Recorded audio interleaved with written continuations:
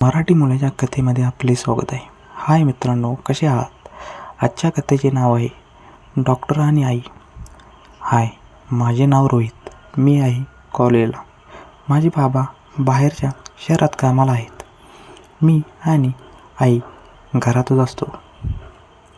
माझ्या आईची साईज 38-40-44 असेल. गहू रंगाची आणि उंच. मला खूप ताप आला होता. अंगात ताकद पण नव्हती. उठून कुठे जायची. मला हॉस्पिटलमध्ये जायची पण ताकद नव्हती. म्हणून आईने डॉक्टरांना कॉल केला. डॉक्टर आले घरी. तपासून सांगितलं, ह्याला भरपूर ताप आहे आणि याच्यात अंगात ताकद नाही. ह्याला सलाईन लावायला पाहिजे, त्याशिवाय अंगात ताकद वाढणार नाही. डॉक्टरांनी मला इंजेक्शन दिले आणि आईला सांगितले, हॉस्पिटलमध्ये ह्याला घेऊन जाऊन सलाईन लावायला पाहिजे. तर आई बोलली की घरात कोणी नाही आणि याला डबा पण देता येणार नाही, त्यामुळे इथेच सलाईन लावा. डॉक्टरने सांगितले, दिवसाला 2 सलाईन लावायला लागणार. आई म्हणाली, ओके चालेल म्हणून. सकाळी मला सलाईन लावायला डॉक्टर येत होते. रात्री म्हणजे दुपारी डॉक्टर घरला जेवायला जात होते. त्यावेळी 2ला एक सलाईन लावायला येत होते. पहिले 2 दिवस नीट चालू होतं. तिसऱ्या दिवशी आईने डॉक्टरांना जेवायला बोलवलं होतं. ते मला सांगितलं नव्हतं. मला त्यांनी सलाईन लावली आणि माझ्या इथेच बसली. अचानक आई बोलली की या जेवायला म्हणून. हॉलमधून किचनमध्ये डॉक्टर गेले आणि जेवायला लागले. जेवून ते लगेच गेले. मला काय कळले नाही. मला विचार येत होते, असं कसं डॉक्टर जेवायला आले? डॉक्टरांना आईने कधी बोलवले? मला हे विचार येऊ लागले. रात्री जेवून मी झोपलो होतो मोबाईल घेऊन. माझ्या पायात आई येऊन बसली मोबाईल घेऊन. मी बघितलं तर आई चॅटिंग करत होती. मला वाटलं की आई बाबांच्या बरोबर बोलत असेल. मला झोप लागत होती. तोपर्यंत मला बाबांचा कॉल आला. बाबा म्हणालेत की आईला कोणाचा व्हिडिओ कॉल आला आहे बघ. मी आईला बोललो की अरे बाबांचा कॉल आला आहे. त्यावेळी आई घाबरून बोलली, हां लावतो म्हणून सांग. आणि तिने कॉल कट केला आणि लगेच बाबांना कॉल केला. त्यावेळी बाबांनी विचारले की कोणाचा कॉल आला आहे? तर बोलली की मामाचा कॉल आला आहे असे बोलू लागली. जास्त घाबरली होती. बाबांच्या बरोबर बोलून झालं तिचं आणि परत चॅटिंग करू लागली. थोड्या वेळाने मला वॉशरूमला झालं होतं म्हणून उठलो तर आई मोबाईलवर व्हिडिओ कॉल करून ती किस देत होती. मी उठलो. मी असं दाखवलं की माझं तिच्याकडे लक्ष नाही. ती सोफा सेटवर बसली होती. मी उठल्यावर तिचं माझ्याकडे लक्ष गेलं. तिने मोबाईल खाली घेऊन गप मोबाईलकडे लक्ष दिले. असं दाखवलं की काय तरी बघत आहे असं दाखवू लागली. मी जाऊन आलो आणि झोपलो. आई तिथेच बसली होती. मी अंगावर घेऊन झोपलो आणि झोपेचे नाटक केलं. थोड्या वेळाने ती साडी काढून येऊन गाऊन वर येऊन बसली. तिने परत व्हिडिओ कॉल लावला. मी बघत होतो.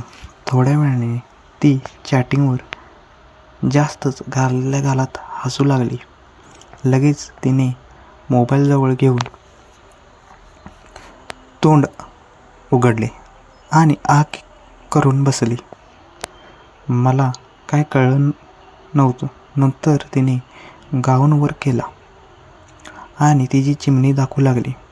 काय कळत नव्हतं कोणाला दाखवत आहे ती. मी माझ्या मोबाईलवरून बाबांना मेसेज केला, मला बाबा तुमची आठवण येत आहे आणि तुम्ही कधी येणार? तोपर्यंत मी बघितले बाबा तर ऑनलाईन नव्हते. माझ्या डोक्यात विचार येऊ लागले, कोणाबरोबर बोलत आहे? त्या रात्री ती 3ला झोपली. मी सकाळी उठलो. आईचा मोबाईल घेतला आणि बघितलं कोणाबरोबर बोलते ही ते. बघितल्यावर दुसरं कोण नव्हतं, डॉक्टरच होते. त्याने त्यांचे सगळे फोटो पाठवले होते आणि आईने पण सगळे तिचे फोटो पाठवले होते. रात्री दोघांनी एकमेकांना फोटो बिना कपड्याचे शेअर केले होते. मी चॅटिंग वाचली तर डॉक्टर म्हणाले होते की माझं दुपारचं सलाईन रात्री लावा येतो. जेवायला बोलव. जेवणातून झोपेची गोळी देतो दीपकला असे म्हणाले होते. सकाळी डॉक्टर आले सलाईन लावायला आणि बोलले की तुझं सलाईन रात्री लावायचं आहे. डॉक्टर बोलले की मी दुपारी बाहेर जाणार आहे त्यामुळे नंतर मला येता येणार नाही. रात्री तुला सलाईन लावा येतो. आई बोलली की जेवायला या. तर डॉक्टर म्हणाले येतो. रात्री जेवायला येतो. आईने न्यू साडी नेसली होती. मी आईला म्हणालो का न्यू साडी नेसली आहेस? तर बोलली की ठेवून खराब होत आहेत म्हणून नेसले आहे असे बोलू लागली. मी काय नाही बोललो. रात्री एक सलाईन लावायला डॉक्टर आले. सलाईन लावून ते थोड्या वेळाने संपले. आईने जेवाय वाढले किचनमध्ये. मी ते बघितले की आई कशात गोळी टाकते ते. तिने मला ओळखू नये म्हणून आमटीत गोळी टाकली होती.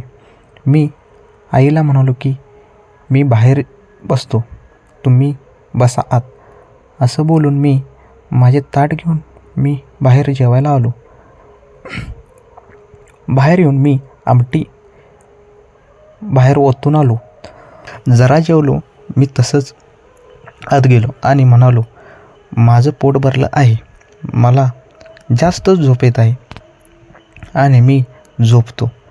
मी झोपायला आलो.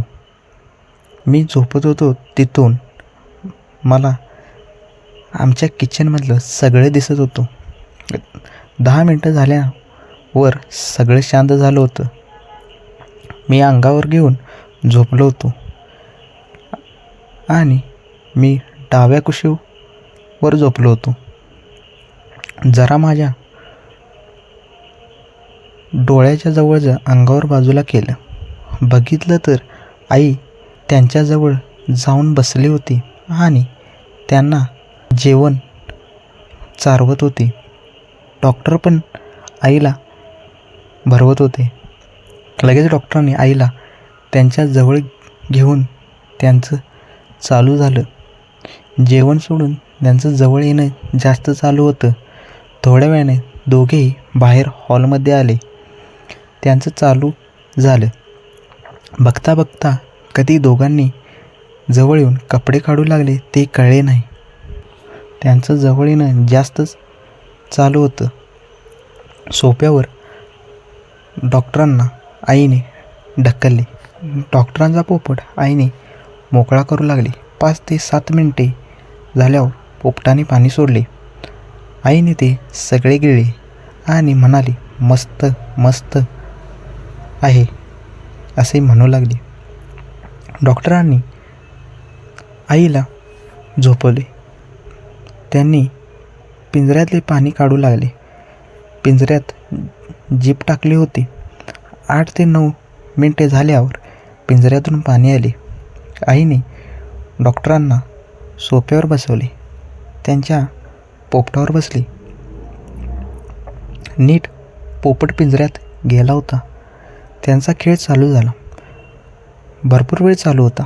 25 ते 30 मिनिटे खेळ चालू होता. वेगवेगळी पोझिशन घेऊन खेळ करत होते. त्यानंतर दोघेही मोकळे झालेत. आई बोलू लागली भारी करता. माझ्या नवऱ्याला एवढं पण येत नाही. माझं तुम्ही सगळा पिंजरा खाली केला. मस्त मस्त वाटलं. असं पहिल्यांदाच कोणीतरी मला एवढं केलं. त्या रात्री त्यांनी 4 वेळेला केली. कशी वाटली स्टोरी? लाईक करा, शेअर करा, कमेंट करा आणि सबस्क्राईब करा. धन्यवाद.